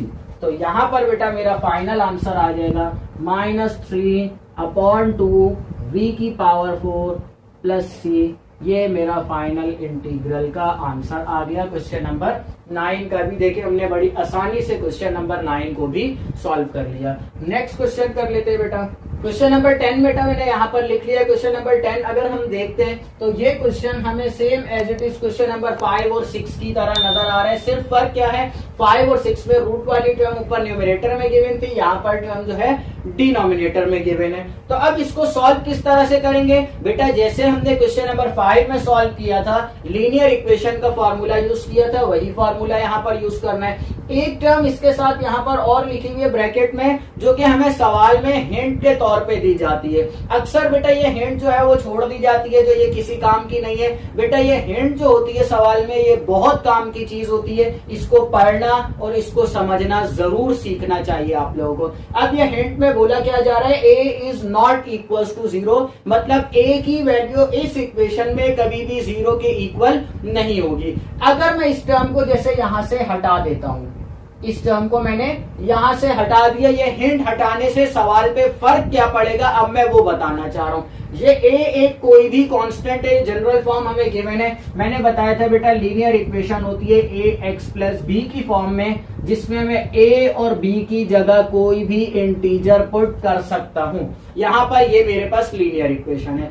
अब मैं अगर यहां से बोल देता हूं ये हिंट मैंने हटा दी, ए इज नॉट इक्वल टू 0, मतलब ए की वैल्यू 0 भी हो सकती है। तो मैं ए की जगह जब मैं 0 पुट करता हूं यहां पर, तो मेरा आंसर क्या हो जाएगा, यहां पर ये टर्म पूरी 0 हो जाएगी, सिर्फ बी बच जाएगा कांस्टेंट नंबर।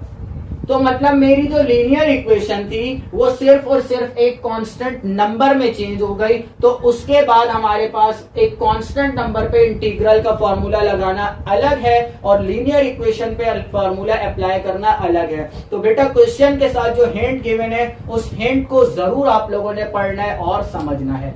तो ये फर्क है बेटा, मैं a is not equal to 0 हटा देता हूं तो मेरे पास आंसर में सिर्फ b एक कांस्टेंट नंबर बच जाएगा। और कांस्टेंट नंबर को सॉल्व करने का तरीका मैं पहले बता चुका हूं, हमारा अलग है और लीनियर इक्वेशन पे इंटीग्रल अप्लाई करने का तरीका अलग है।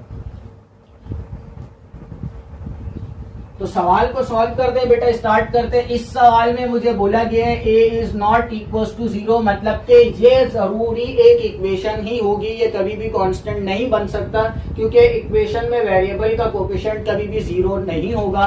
तो हमारे पास ये एक इक्वेशन ही बनेगी। स्टार्ट करते हैं बेटा। फर्स्ट स्टेप हमारे पास आता है i इक्वल टू इंटीग्रल, इस dy को मैं अलहदा करके लिख लूंगा, यहां आ जाएगा 1 upon under root ay plus b d y. अब यहां पर हम हिंट नहीं लिखेंगे क्योंकि हमने सवाल में देख लिया, हमें बोला गया तो हम सवाल को देख के हमने समझ लिया। अब बार बार मुझे वो हिंट लिखने की यहां पर जरूरत नहीं है। अब नेक्स्ट स्टेप क्या होगा बेटा, यहां पर अब हमने क्या करना है, डिनोमिनेटर में फंक्शन आ रहा है। तो पिछले सवाल में अभी हमने देखा डिनोमिनेटर वाले फंक्शन की जब ऊपर जाता है न्यूमरेटर में तो पावर नेगेटिव में हो जाती है, पर यहाँ तो इस फंक्शन के ऊपर अभी पावर ही नहीं लगी हुई। तो पहले हम क्या करेंगे, इस फंक्शन के ऊपर एक पावर बनाएंगे। पावर किस तरह से बनेगी, ये रूट है, रूट को हटाकर मैं क्या लगा दूंगा, पावर 1/2 लगा दूंगा। तो यहाँ आ जाएगा बेटा integral 1 upon a y plus b whole power 1/2 d y. Next step क्या होगा बेटा, ये पूरी इक्वेशन की पावर 1/2 है, ये पूरी इक्वेशन उठेगी ऊपर जाएगी न्यूमरेटर में, तो पावर का साइन पॉजिटिव से नेगेटिव हो जाएगा। तो यहां आ जाएगा बेटा integral a y plus b whole power -1/2 d y. तो अब बेटा मैं यहां पर सिंपली क्वेश्चन नंबर 5 की तरह एक फॉर्मूला अप्लाई कर सकता हूं। फॉर्मूला मैं यहां पर लिख रहा हूं, since integral a x plus b d x बराबर होता है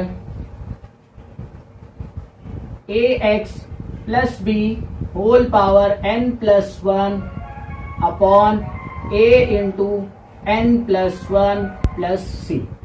ये बेटा मेरे पास फॉर्मूला है। अब इस फॉर्मूला के मुताबिक मैं वैल्यूज को पुट कर लूंगा इधर से देखते हुए।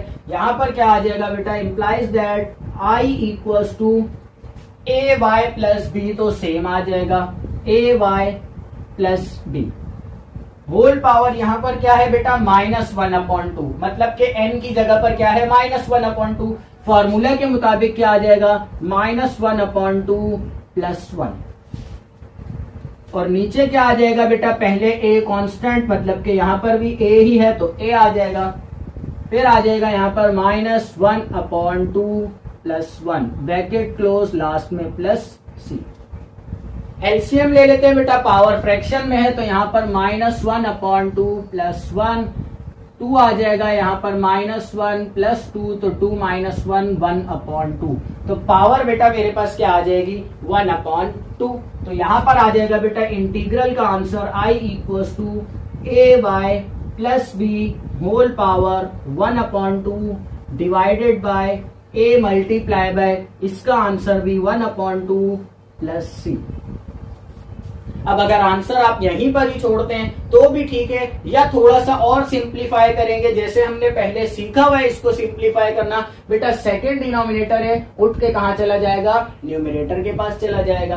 तो यहां आ जाएगा बेटा I = 2 × AY + B whole power 1/2 upon A + C।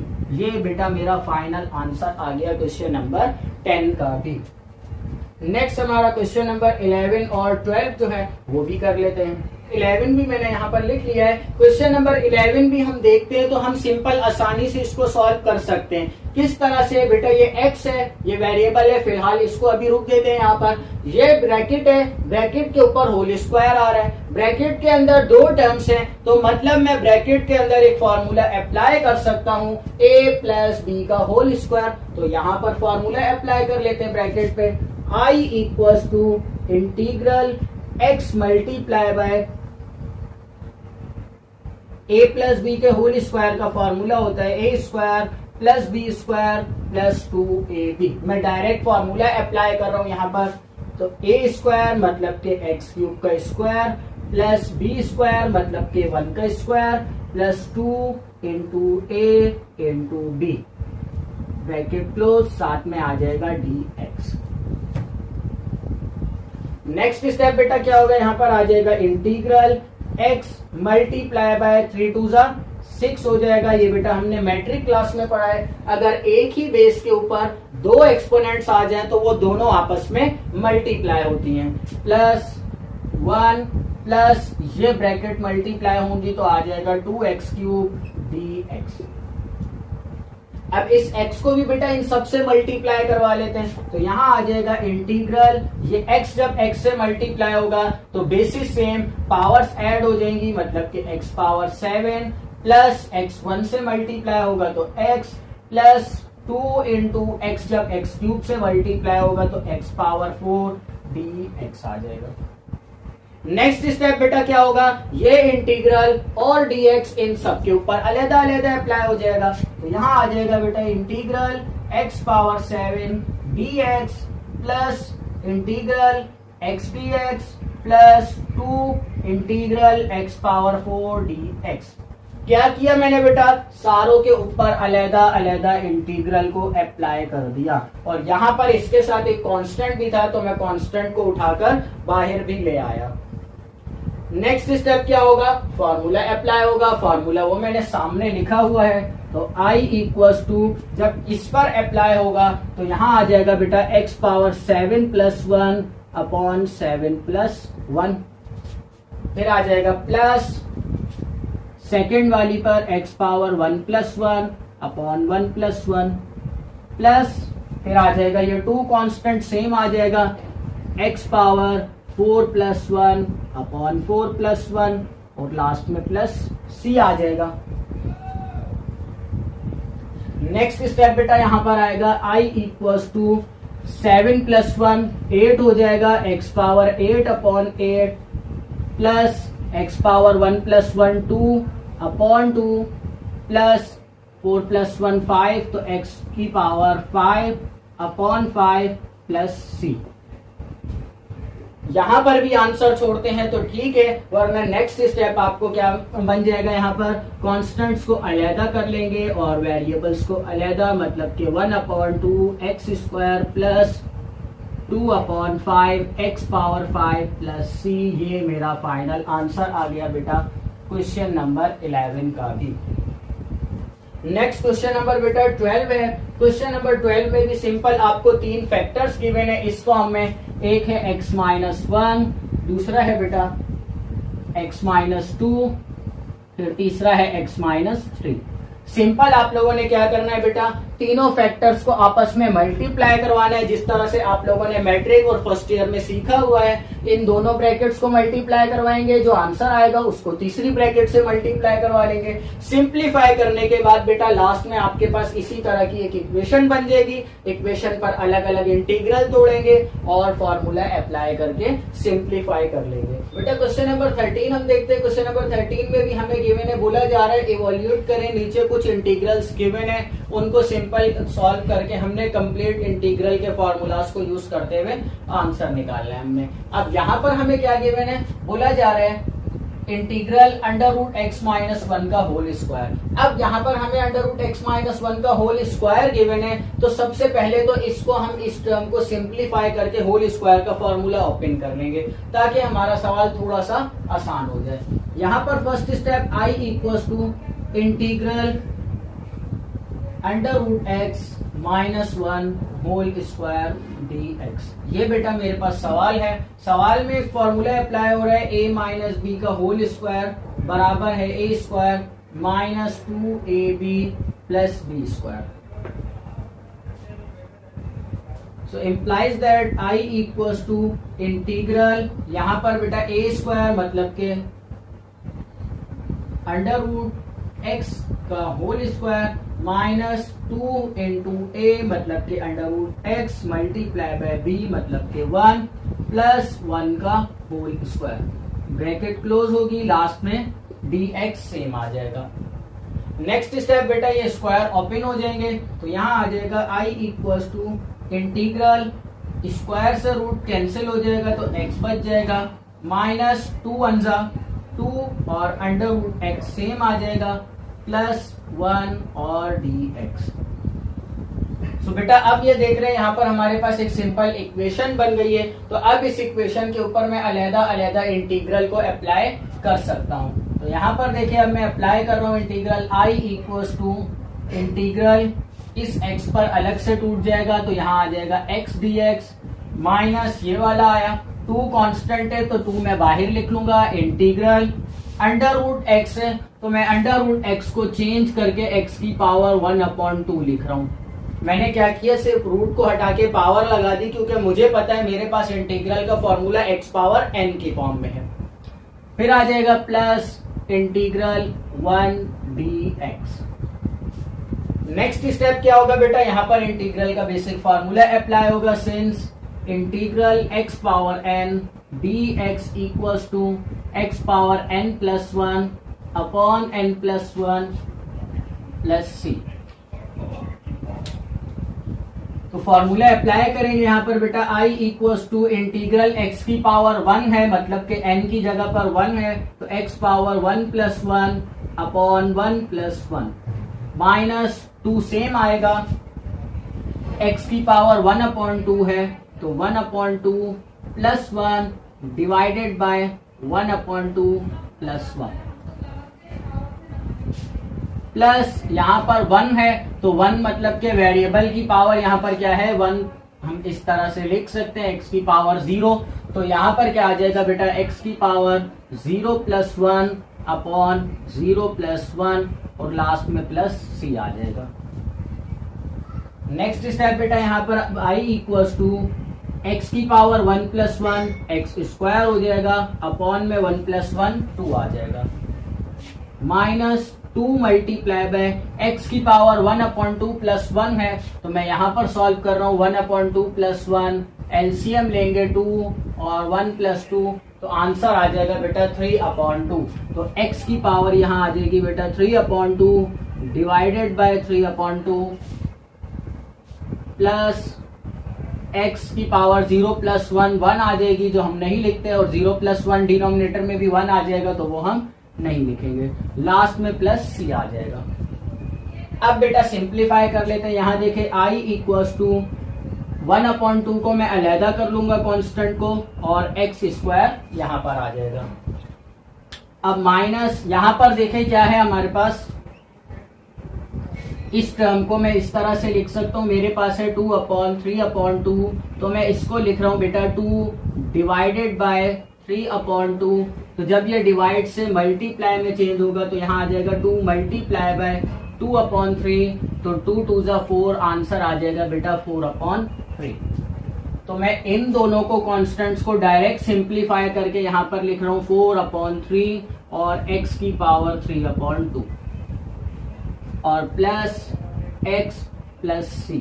तो ये बेटा मेरा फाइनल आंसर आ गया क्वेश्चन नंबर 13 का भी। तो बेटा इस क्वेश्चन में हमने जो सीखा वो क्या था, अगर इंटीग्रल के साथ कोई ऐसी टर्म गिवन है जिस पर हमारे एल्जेब्रिक फार्मूला जो हम पहले पढ़ते आ रहे हैं मैट्रिक क्लास से, एल्जेब्राइक फार्मूलाज अप्लाई हो रहे हैं, तो पहले वो फार्मूला अप्लाई करेंगे, सिंप्लीफाई करने के बाद फिर इस पर इंटीग्रल अप्लाई करेंगे। क्वेश्चन नंबर 14 कर लेते हैं बेटा नेक्स्ट क्वेश्चन नंबर 14 मैंने यहाँ पर लिख लिया है। क्वेश्चन नंबर 14 भी हमारे पास गिवन है, थोड़ा सा इसको घुमा फिरा कर दिया हुआ है। अगर मैं डिनोमिनेटर वाली टर्म देखता हूँ तो दोनों टर्म्स ही रूट वाली है, मैं होल रूट करके इसको सॉल्व कर सकता हूँ। एक चीज जो इस क्वेश्चन में न्यू है वो क्या है, इंटीग्रल पर नीचे एक नंबर लिखा हुआ है और ऊपर एक नंबर लिखा हुआ है। तो बेटा इंटीग्रल के ऊपर ये जो नंबर लिखे हुए हैं ये कहलाते हैं इंटीग्रल की लिमिट्स कहलाते हैं। इंटीग्रल पर लिमिट्स अप्लाई हो रही है, मतलब कि लिमिट्स हमने इस फंक्शन का पहले इंटीग्रल का आंसर निकालना है, आंसर निकालने के बाद उसमें ये लिमिट्स पुट अप करनी है।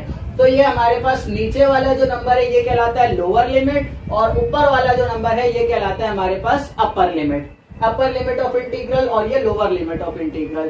काम हमारा सारा वही होगा जिस तरह से हम पहले इंटीग्रल को सॉल्व कर रहे थे, इंटीग्रल को सॉल्व करेंगे फार्मूलाज यूज करते हुए, फाइनल जो हमारा आंसर आएगा उसमें ये वैल्यूज पुट करेंगे। अब कैसे पुट करेंगे बेटा, मैं पहले इस सवाल को सॉल्व कर लेता हूँ, फिर लास्ट में इसमें मैं बताता हूँ किस तरह से सॉल्व करेंगे हम लिमिट्स को।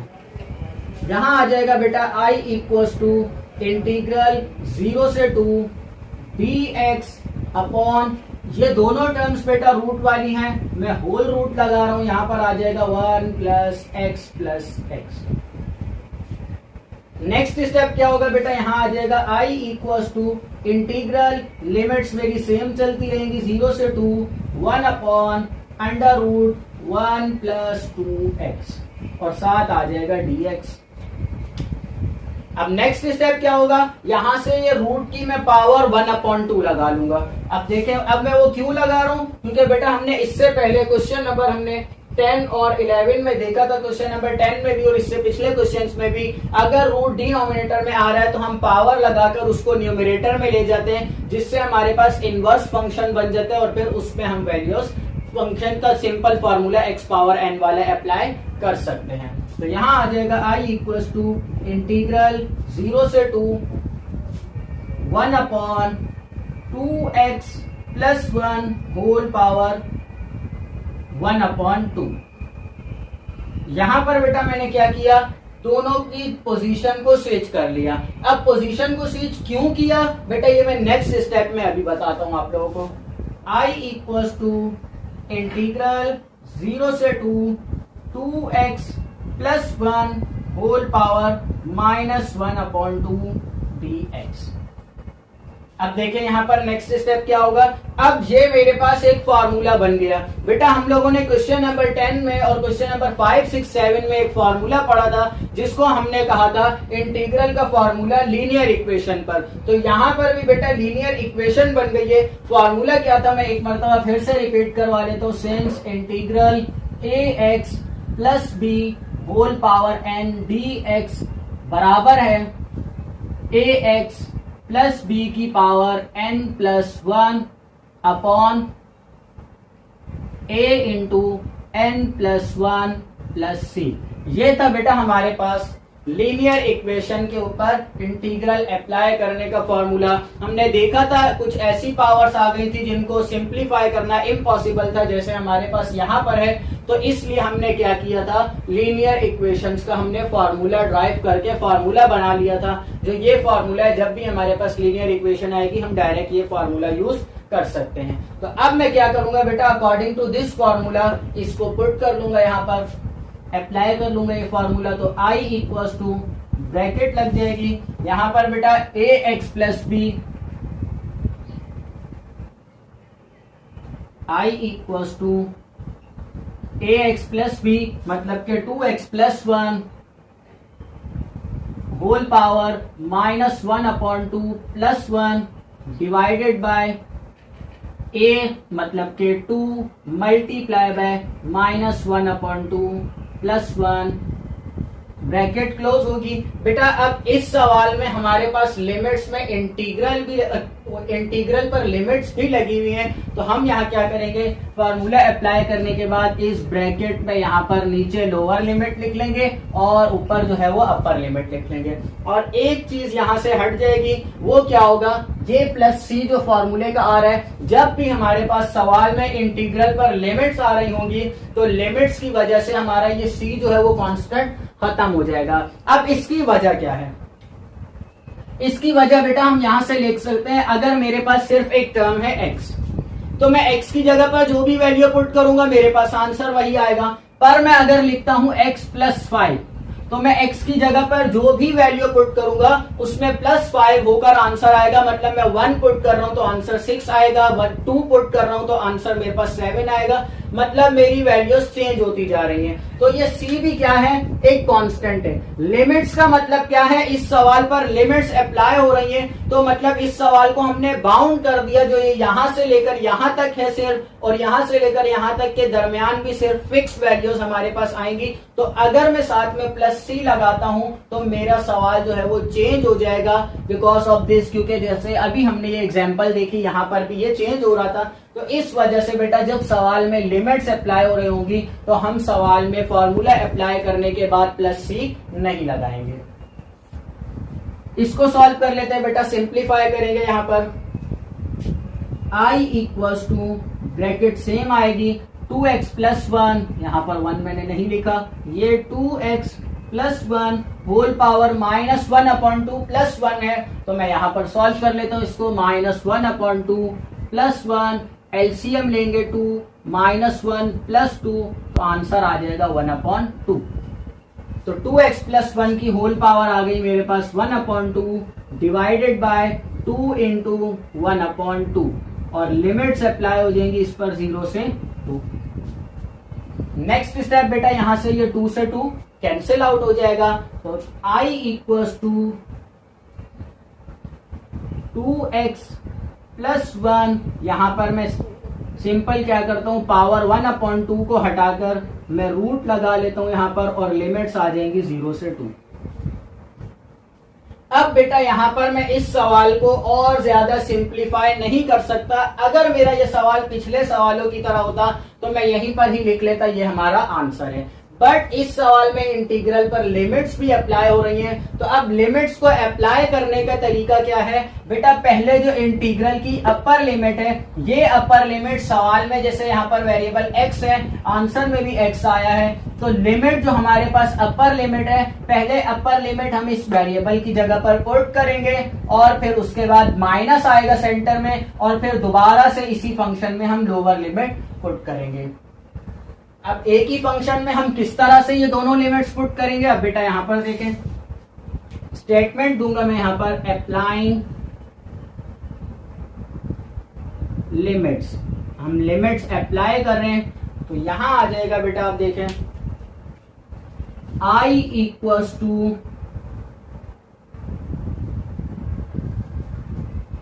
√2 मल्टीप्लाई बाय अपर लिमिट क्या है, x की जगह पर आ जाएगी अपर लिमिट 2, फिर आएगा +1, ये आ गया मेरे अपर लिमिट, इसको मैं ब्रैकेट में लिखूंगा, माइनस फिर आएगा √2 मल्टीप्लाई बाय 0 + 1। अब यहां पर एक सवाल और जनरेट हुआ इस फंक्शन में, ये तो एक ही है, मैंने 2 मरतबा कैसे कर लिया, तो बेटा इंटीग्रल में हमारे पास लिमिट्स अप्लाई हो रही हैं, ये बात हम देख चुके हैं पहले मैट्रिक में भी। ग्राफ जब हम बना रहे थे तो हम एक ही फंक्शन में अपनी मर्जी से पहले x की वैल्यू 1 पुट कर रहे थे, फिर x की वैल्यू 2 पुट कर रहे थे, फिर 3 पुट कर रहे थे। तो आसान अल्फाजों में हम ये बोल सकते हैं, ये जो हमारे पास लिमिट्स गिवन है, ये इस फंक्शन में जो वेरिएबल यूज हो रहा है उसकी वैल्यूज गिवन है। तो हमारे पास जो भी आंसर आएगा हम फंक्शन में वो वैल्यूज पुट कर लेंगे, और सेंटर में साइन कौन सा लगाएंगे, नेगेटिव का साइन लगाएंगे, मतलब कि माइनस आएगा। अब इसको सिंप्लीफाई कर लेते हैं, यहां पर देखें i इक्वल्स टू √2 2 4, तो यहां आ जाएगा √4 + 1 - 2 जीरो जा 0 और +1 तो यहां आ जाएगा √1। 4 + 1 5 हो जाएगा, तो I इक्वल्स टू √5 माइनस और 1 का रूट 1 होता है। तो आंसर मेरे पास देखे बेटा एक कांस्टेंट नंबर आ गया। √5 माइनस 1 करेंगे तो हमारे पास आंसर कोई पॉइंट में वैल्यू आएगी। तो इंटीग्रल की लिमिट्स पुट करने के बाद हम आंसर पॉइंट में नहीं निकालेंगे बेटा, या फ्रैक्शनल फॉर्म में या तो ऐसे रूट की फॉर्म में हम लिख सकते हैं, पॉइंट में आंसर नहीं लिखेंगे। तो यहाँ पर बेटा देखिए क्वेश्चन नंबर 14 भी हमने सॉल्व कर लिया बड़ी आसानी से। एक नई चीज जो इसमें थी इस क्वेश्चन में, वो क्या थी, इंटीग्रल की लिमिट्स थी। तो हमने सवाल पहले कंप्लीट उसी तरह से सॉल्व किया जैसे हम पहले करते हुए आ रहे थे, और लास्ट में फिर हमने क्या किया, लिमिट्स को अप्लाई करने का तरीका भी सीख लिया। नेक्स्ट क्वेश्चन कर लेते हैं बेटा, क्वेश्चन नंबर 15। नेक्स्ट बेटा क्वेश्चन नंबर 15 मैंने यहाँ पर लिख लिया। क्वेश्चन नंबर 15 में हमें इंटीग्रल गिवन है और इंटीग्रल के नीचे जो फंक्शन हमें साथ जो फंक्शन गिवन है, फंक्शन में डिनोमिनेटर में हमारे पास वेरिएबल की एक वैल्यू आ रही है। इस तरह के फंक्शन को सॉल्व करना हम पहले सीख चुके हैं। हमने सिंपल क्या करना है, यहाँ पर एलसीएम ब्रेक करने और सिंप्लीफाई कर लेना है। तो यहाँ पर देखिए अब मैं क्या कर रहा हूँ, I इक्वल्स टू ये 1/3 कांस्टेंट है, सबका एलसीएम है, मतलब सबके नीचे आ रहे हैं, तो मैं 1/3 को बाहर कॉमन निकाल लूंगा। 1/3 मैंने कॉमन निकाल लिया, और मैं क्या कर रहा हूँ, ये देखिए x² के नीचे में x की पावर 3/4 को ब्रेक कर रहा हूँ, प्लस 3x रूट है तो यहाँ पर x की पावर 1/2 हो जाएगा। इसके नीचे x की पावर 3/4 में अलहदा से ब्रेक कर रहा हूँ, और प्लस 4 के नीचे में अलहदा से x की पावर 3/4 को ब्रेक कर लूंगा, और लास्ट में बेटा लग जाएगा यहाँ पर dx। अब नेक्स्ट स्टेप क्या होगा, यहाँ पर I equals to 1/3 integral x की पावर 3/4 प्लस में है, ऊपर जाएगी माइनस में हो जाएगी, मतलब कि x² मल्टीप्लाई बाय x की पावर -3/4 प्लस 3 सेम आएगा, x की पावर 1/2 भी सेम, और मल्टीप्लाई हो जाएगा x की पावर -3/4 प्लस 4 सेम आएगा, और ऊपर आ जाएगा x की पावर -3/4, और लास्ट में dx सेम लग जाएगा। नेक्स्ट स्टेप यहाँ पर थोड़ा और सिंप्लीफाई कर लेंगे इसको।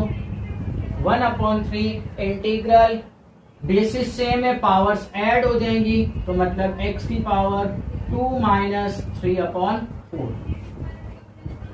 इस पर मैं अलहदा से इंटीग्रल तोड़ देता हूँ dx, प्लस ये वाला 1/3 यहां भी लगेगा 1/3, और ये कांस्टेंट आएगा 3, मल्टीप्लाई का साइन लगा देते हैं बीच में, यहां आ जाएगा मल्टीप्लाई बाय 3 इंटीग्रल x की पावर 1/2 -3/4 dx। नेक्स्ट यहां पर आ जाएगा बेटा plus 1/3 multiply by 4 integral x की पावर -3/4 dx। सिंप्लीफाई कर लेते हैं बेटा इनकी पावर्स को। सबसे पहले हमारे पास 2 - 3/4, एलसीएम लेंगे 4, 4 2 जा 8, -3 तो 8 - 3 5/4 आ जाएगा। नेक्स्ट मेरे पास है 1/2 -1/2 -3/4, एलसीएम लेंगे, यहाँ पर बड़ी वैल्यू 4 आएगी, यहाँ पर इसको 2 से मल्टीप्लाई करवा लेंगे और 2 - 3 हो जाएगा, तो 2 - 3 आंसर आएगा बेटा -1/4, और ये तो हमें डायरेक्ट ही गिवन है -3/4। अब देखें बेटा नेक्स्ट स्टेप में क्या कर रहा हूं, यहाँ पर I equals to 1/3 constant same आएगा, इंटीग्रल इन दोनों पावर्स को सॉल्व करके मैंने आंसर निकाला है 5/4, x की पावर 5/4 dx। इस 3 से ये वाला 3 कैंसिल हो जाएगा, सिंपल, प्लस इंटीग्रल x की पावर 1/2 -3/4 -1/4 आ रहा है, तो -1/4 dx, प्लस यहां पर बेटा ये 4 1 जा 4, तो कांस्टेंट आ जाएगा 4/3 इंटीग्रल, यहाँ पर x की पावर -3/4 सेम आ जाएगा, और साथ में dx। अब मैं बेटा इन कांस्टेंट्स को रब कर लेता हूं यहां से, अब इंटीग्रल यहाँ पर अप्लाई हो रहा है, तो बेटा मैं डायरेक्ट x पावर n वाला फॉर्मूला यहाँ पर अप्लाई कर रहा हूँ। यहाँ आ जाएगा बेटा I इक्वल टू 1/3 ब्रैकेट में आएगा x की power 5/4 plus 1 divided bye 5/4 plus 1, bracket close होगी ये वाली, फिर आ जाएगा प्लस, फिर ब्रैकेट लगेगी x की power -1/4 plus 1 -1/4 plus 1, bracket close हो जाएगी, फिर आ जाएगा प्लस 4/3 कांस्टेंट आएगा, x की पावर -3/4 प्लस 1, डिनोमिनेटर में -3/4 plus 1, bracket close, plus c लग जाएगा लास्ट में।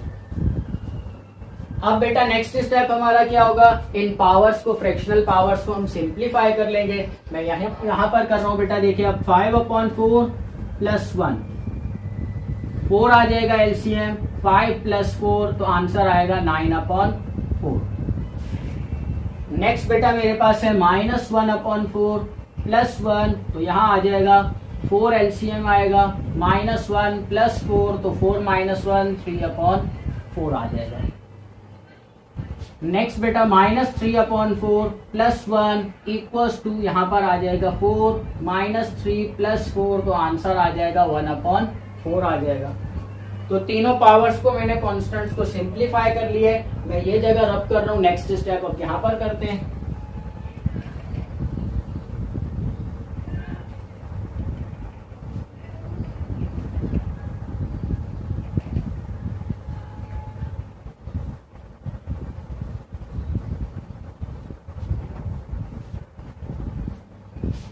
I इक्वल्स टू, यहाँ पर बेटा ये 1/3 कांस्टेंट सेम आएगा, ब्रैकेट में आ जाएगा बेटा, पावर को हमने सिंप्लीफाई करके आंसर निकाले 9/4, x की पावर 9/4 डिवाइडेड बाय 9/4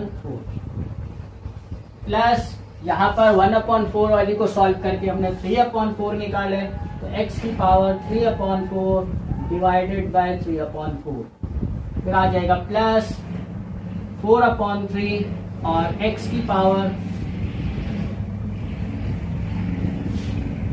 ये रही हमने 1/4 निकाली है, तो यहाँ आ जाएगा 1/4 divided by 1/4 plus c। Next step बेटा आप देखिए, यहाँ पर क्या है 1/3 डिवाइडेड बाय, यहाँ पर क्या है 9/4, तो क्या आ जाएगा बेटा, यहाँ पर आ जाएगा 1/3 डिवाइडेड बाय 9/4।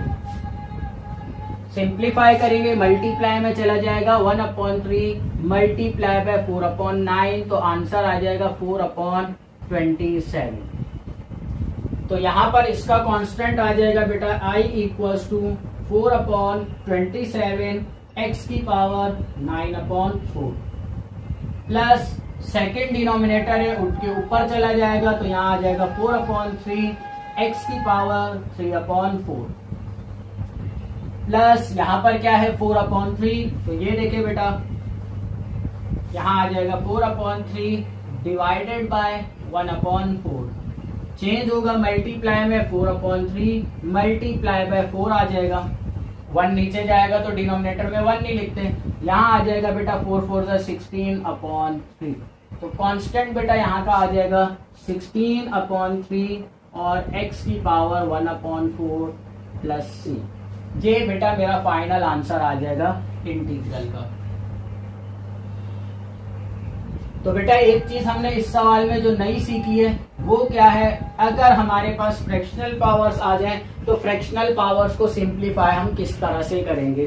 बेटा क्वेश्चन नंबर 16 में भी हमें एक फंक्शन गिवन है, फंक्शन को हमने इंटीग्रेट करना है x की रिस्पेक्ट से। तो स्टार्ट करते हैं यहाँ पर। फर्स्ट स्टेप में बेटा हम फंक्शन को i के इक्वल लेट कर लेते हैं। यहाँ पर i equals to x plus 8 upon, मैं इसी स्टेप में बेटा यहाँ पर ये अंडर रूट एक्स है, मैं अंडर रूट एक्स को क्या कर रहा हूँ, ब्रेक कर रहा हूँ x की पावर 1/2 में, x की पावर 1/2 और साथ लग जाएगा dx।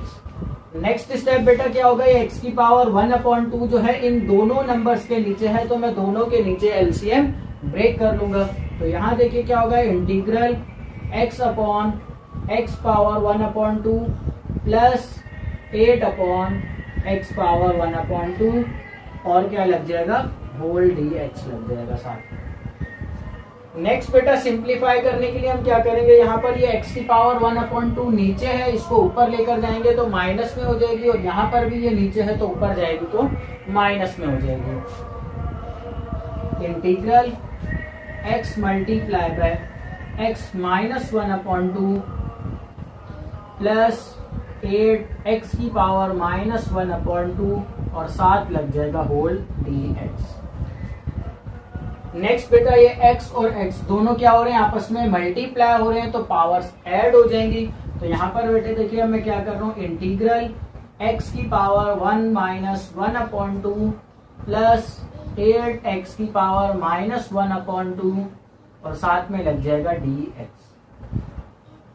नेक्स्ट स्टेप बेटा यहाँ आ जाएगा, I equals to integral x की पावर 1 माइनस 1/2 है तो यहाँ आ जाएगा 1 माइनस 1/2, एलसीएम लेंगे 2, 2 1 जा 2 माइनस 1 तो 2 माइनस 1 1 1/2। तो x की पावर बेटा यहाँ पर आ जाएगी 1/2 प्लस 8x की पावर माइनस 1/2 और साथ लग जाएगा dx। अब बेटा इससे ज्यादा हम इसको सिंप्लीफाई नहीं कर सकते तो इंटीग्रल और dx को अलग अलग दोनों टर्म्स पर अप्लाई कर लेंगे। तो यहाँ आ जाएगा integral x power 1/2 dx plus ये 8 कांस्टेंट है, इंटीग्रल से बाहर आ जाएगा और लग जाएगा integral x power minus 1/2 dx। Next step बेटा यहाँ पर फॉर्मूला अप्लाई होगा, मैं फॉर्मूला लिखता हूँ, since x power n dx equals to x power n plus 1 upon n plus 1 plus c। Next यहाँ पर बेटा दोनों टर्म्स पर ये फॉर्मूला अप्लाई हो जाएगा। तो I इक्वल्स टू x की पावर 1/2 है तो मतलब power 1/2 plus 1 divided by 1/2 plus 1 plus 8 same आ जाएगा, x power minus 1/2 plus 1 divided by minus 1/2 plus 1 last में आ जाएगा प्लस c। एलसीएम ले लेंगे बेटा इसका भी और इसका भी, तो यहाँ पर बेटा 1/2 प्लस 1 है तो एलसीएम लेने पर यहाँ पर आ जाएगा 2, 1 प्लस 2 तो एलसीएम आ गया 3/2। फर्स्ट वाली का एलसीएम आया 3/2 तो ऊपर आ जाएगा x की पावर 3/2 डिवाइडेड बाय 3/2 प्लस इसका भी एलसीएम ले लेंगे। अब यहाँ पर माइनस आ जाएगा तो माइनस 2 माइनस 1 1/2 आ जाएगा। तो अब एलसीएम यहाँ पर क्या आ गया 1/2 तो x की power 1/2 divided by 1/2 plus c। अब बेटा ये 2 सेकेंड डिनोमिनेटर है, ये इससे पिछले क्वेश्चंस में भी हम देख चुके हैं। सेकेंड डिनोमिनेटर उठकर कहाँ चला जाता है, ऊपर न्यूमरेटर में। तो यहाँ आ जाएगा 2/3 x की पावर 3/2 प्लस ये 2 नीचे से ऊपर आएगा तो 8 से मल्टीप्लाई होगा मतलब 16 x की पावर 1/2 प्लस c। ये हमारा फाइनल आंसर आ जाएगा बेटा इंटीग्रल का। तो क्वेश्चन नंबर 16 भी बेटा हमने यहाँ पर सॉल्व कर लिया है। नेक्स्ट क्वेश्चन कर लेते हैं, क्वेश्चन नंबर 7। क्वेश्चन नंबर 17 बेटा मैंने यहाँ पर लिख लिया। क्वेश्चन नंबर 17 हमें थोड़ा सा चेंज गिवन है। इसमें न्यूमरेटर में हमारे पास आ रहा है √θ माइनस 1 का होल क्यूब और डिवाइडेड बाय √θ।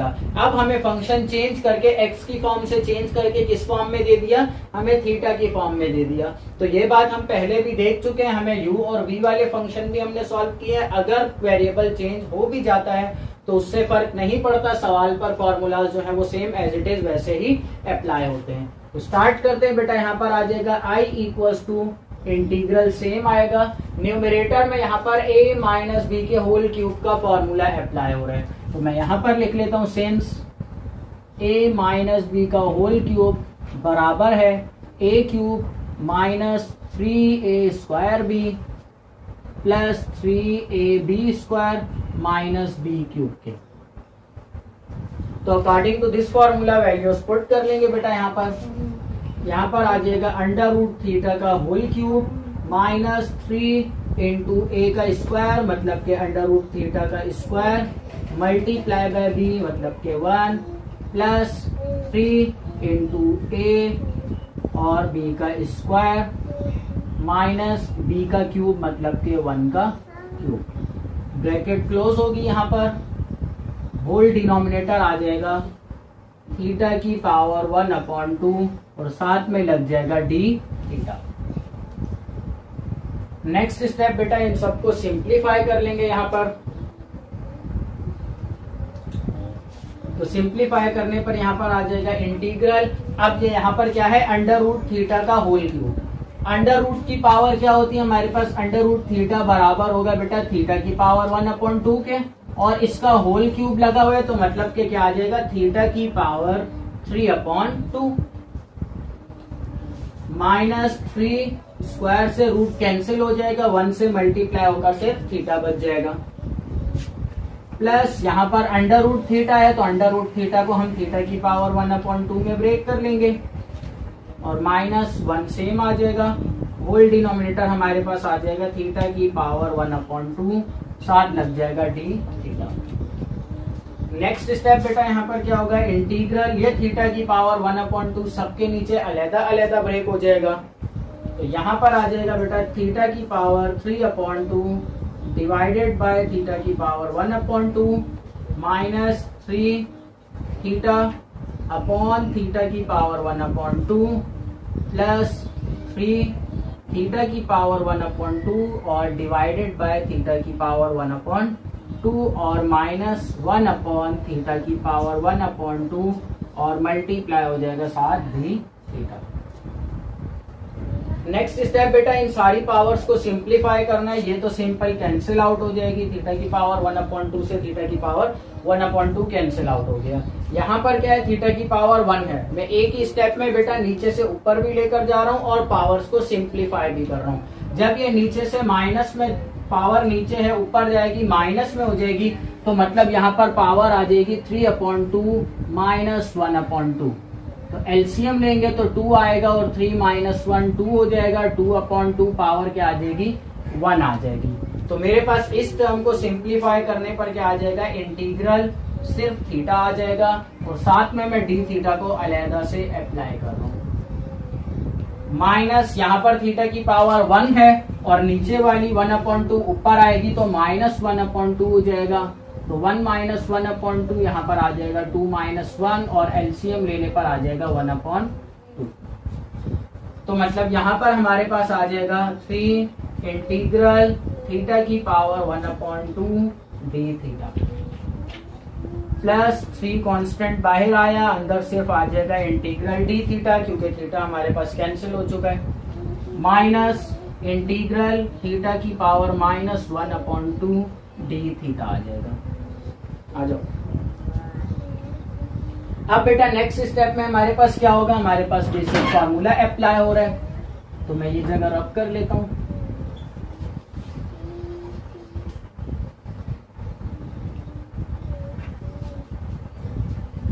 सारी टर्म्स के ऊपर बेटा x पावर n वाला फॉर्मूला अप्लाई हो जाएगा। फॉर्मूला हमारे पास हमें पता है, x पावर n का फॉर्मूला है,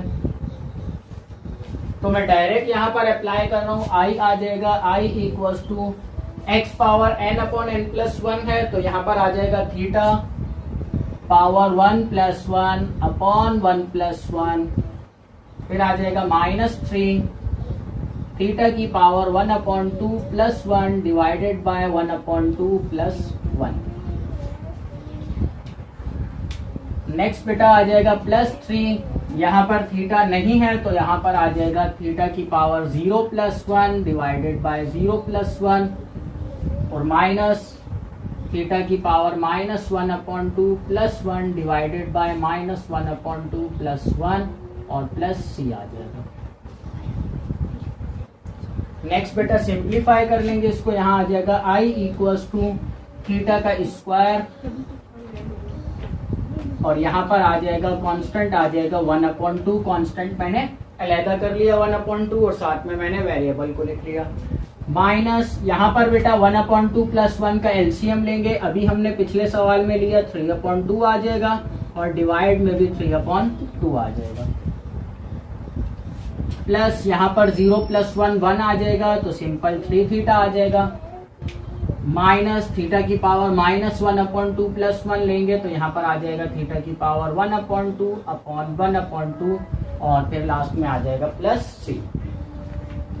नेक्स्ट स्टेप में बेटा कॉन्स्टेंट्स को सिंप्लीफाई कर लेते हैं। i = 1/2 theta square. अब ये 2 नीचे है, नीचे से ऊपर जाएगा और 3 से मल्टीप्लाई हो जाएगा।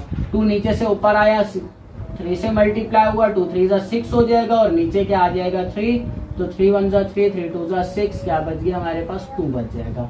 तो यहाँ आ जाएगा -2 थीटा की पावर 3/2 प्लस 3 थीटा सेम आएगा, माइनस ये 2 नीचे से ऊपर जाएगा तो यहाँ आ जाएगा 2 थीटा की पावर 1/2 लास्ट में +c।